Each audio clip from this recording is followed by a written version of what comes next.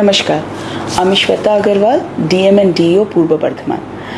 আজকে সকালে আউসগ্রামের স্ট্রং রুমের বাইরে যে ক্যামেরাসগুলো ছিল তার ফিড খানিকক্ষণের জন্য লস ছিল, সেটার জন্যে অনেক কমপ্লেন্টস এসেছে।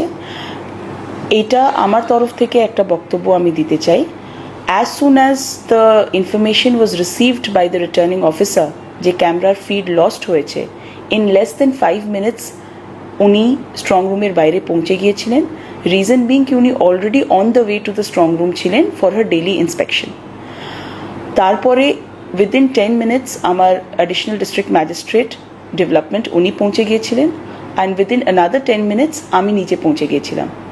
আমরা গিয়ে দেখেছি যে স্ট্রং রুমের সিলটা ইনট্যাক্ট আছে, সেখানে সিএপিএফস কেন্দ্রীয় বাহিনী যেভাবে থাকার কথা সেইভাবে থেকে ওনারা গার্ডিং করছিলেন।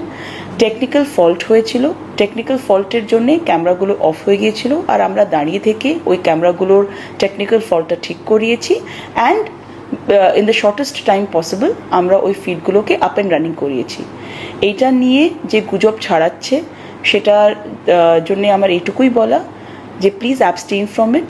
Feed was lost for some time, but all the senior most officers were already present at the venue, and we have checked that the seal and the sanctity of the strong rooms are intact. CAPFs যেভাবে deployed হওয়ার কথা সেইভাবে deployed হয়ে নিজের duty করছিলেন। Thank you so much.